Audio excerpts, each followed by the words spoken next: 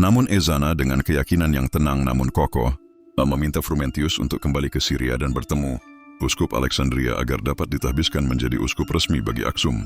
Tak lama setelah itu Frumentius kembali sebagai uskup Salama, dan bersama Ezana mereka membaptis rakyat, mengganti lambang-lambang pagan dengan simbol salib, dan mendirikan gereja-gereja batu pertama di dataran tinggi.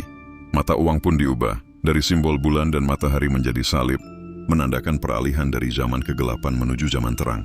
Ezana mengirim utusan ke Kekaisaran Romawi Timur, menyatakan bahwa Ethiopia kini adalah negeri Kristen, dan mempererat hubungan diplomatik serta dagang dengan dunia luar.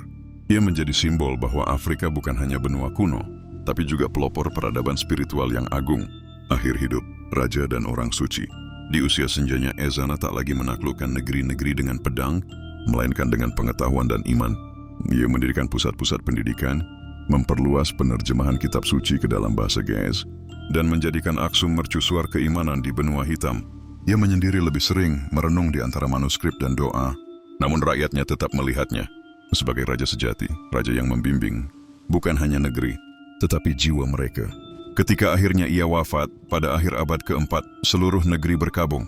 Para penulis batu menorehkan pujian padanya dalam aksara kuno. Gereja-gereja membunyikan lonceng.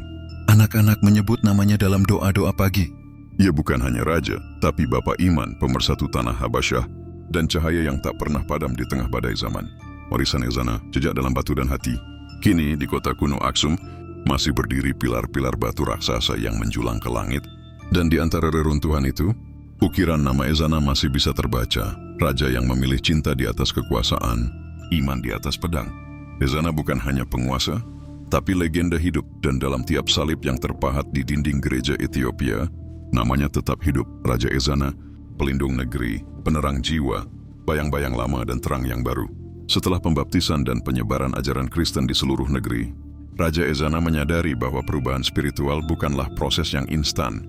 Ia kini tidak hanya memimpin rakyat sebagai seorang penguasa duniawi, tetapi juga sebagai gembala bagi jiwa-jiwa yang dulu dibesarkan dalam kepercayaan kuno. Banyak tetua suku dan imam-imam lama mencoba melawan secara halus. Mereka menyusupkan keraguan.